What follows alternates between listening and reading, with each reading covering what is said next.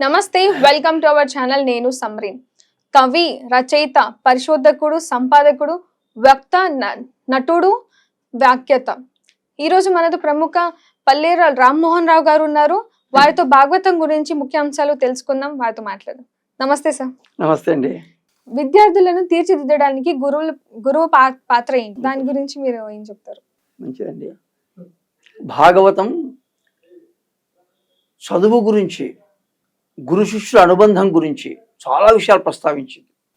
అది బలరామకృష్ణుడు సాందీపని దగ్గర చదువుకోవడం కావచ్చు, ఇంకా ఇతరతర సందర్భాల్లో కూడా.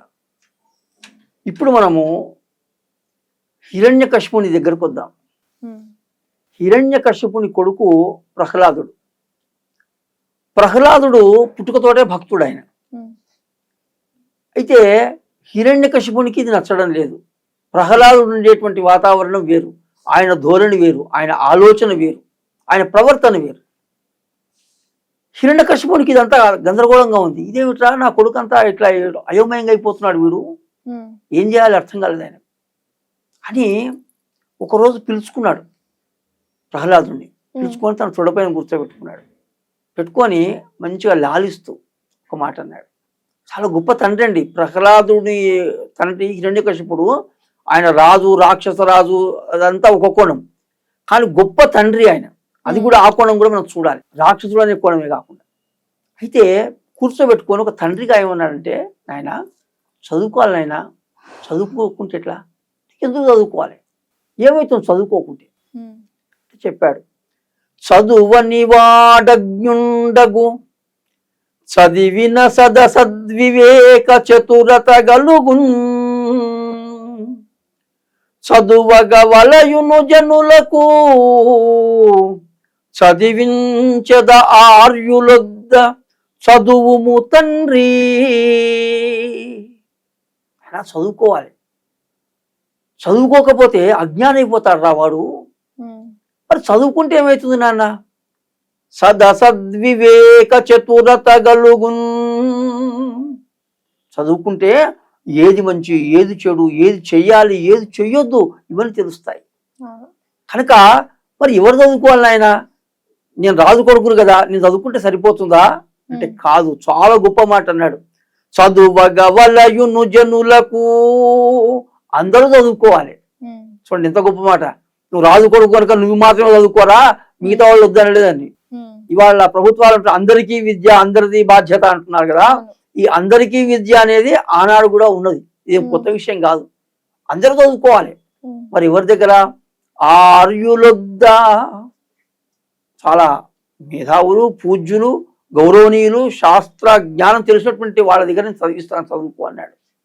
సరే అన్నాడు ప్రహ్లాదుడు. వెంటనే చండామార్కులని వీళ్ళ గురువులు వాళ్ళని రప్పించినాడు. రప్పించి వాళ్ళని గౌరవించి కూర్చోబెట్టి ఒక మాట అన్నాడు. అయ్యా, మా పిల్లవాడిని చూసినారు కదా, వాడు ఎట్లా ఉన్నాడు, వీడు ఏమైంది అయ్యా వానికి? లేదు వాడిలో తేడా ఉందండి. ఏం తేడా ఉంది?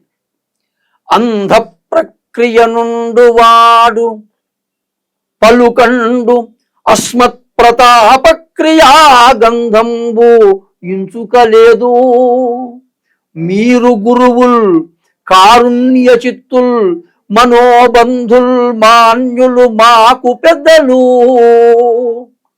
మమున్ పాటించి ఈ బాలకున్ గ్రంథంబుల్ చదివించి నీతి కుశలుంగా చేసి రక్షింపరే. ఆ పిల్లవాడు అంధుడిలాగా, గుడ్డివాడిలాగా ఉన్నాడయ్యా అంటే వాడు గుడ్డివాడు కాడు. అక్కడ గుడ్డితనం ఏమిటంటే అజ్ఞానమే. అజ్ఞానమే చీకటి. వాళ్ళు పలుకండు అంటే వాడు మాట్లాడడం లేదని కాదు అక్కడ అర్థం. చైతన్యం లేదు, స్తబ్దంగా ఉండిపోయినాడు వాడు. పోనీ వాడికి పరాక్రమం అన్న ఉందా? అస్మత్ ప్రతాప క్రియా గంధంబు ఇంచుకలేదు. నా పరాక్రమో, పౌరుషమో, బలమో, వీరత్వమో వాడు కొద్ది కూడా రాలేదయ్యా. ఏం చేయాలి మరి? కనుక మీరే ఏమన్నా చేయాలి, మేమెందుకు చేయాలి అంటే మీరు గురువులు. మీరు గురువులు కనుక మీకు బాధ్యత ఉంది. ఎంత గొప్ప మాట చూడండి. గురువుల బాధ్యత అది. అంటే గురువు అయితే చేయాలా అంటే మేము కాదు. కారుణ్య చిత్తుల్ అంటే దయ మనసు నిండా దయ ఉన్నవాడు. గురువు అంటేనే దయాస్వరూపం. గురువుకున్న ఉండాల్సినటువంటి ప్రాథమిక లక్షణం ఏమిటంటే దయ. కనుక మీరు దయ కలిగిన వాళ్ళయ్యా. సమాజం చెడిపోతుంటే ఎట్లా గుర్తుంటాడు గురువు? సమాజం పట్ల బాధ్యత ఉంది, దయ ఉంది ఆయనకు, కారుణ్యం ఉంది ఆయనకు, ప్రేమ ఉంది ఆయనకు, వాత్సల్యం ఉంది ఆయనకు. కనుక మీరు చూడాలి. పైగా మనోబంధుల్, మా మనసుకు బంధువులు మీరు.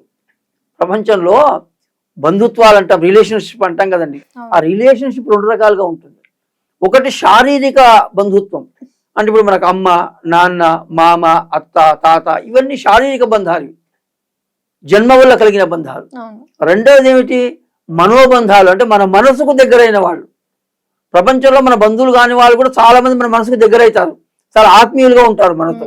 కనుక ఆ బంధుత్వం ఇంకా గొప్పది. శారీరక బంధం కన్నా మనోబంధం చాలా గొప్పది.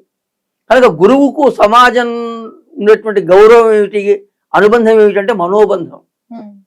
కనుక అయ్యా మీరు మాకు మనోబంధువులు, పైగా మాకు మాన్యులు. కనుక మాకు గౌరవించదగిన వాళ్ళు. గురువు ఎప్పుడు కూడా సమాజంలో గౌరవించదగిన వాడు. కనుక ఏం చెయ్యాలి? ఈ బాలకున్ గ్రంథంబుల్ చదివించి, ఈ పిల్లవాడిని తీసుకువెళ్ళి బాగా చదివించాలి. అనేక శాస్త్ర విషయాలు చెప్పాలి.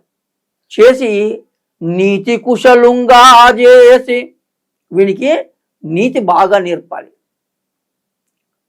శాస్త్ర విషయాలు బాగా చెప్పాలి. చెప్పి ఏం చేయాలి? రక్షించాలి అన్నాడు.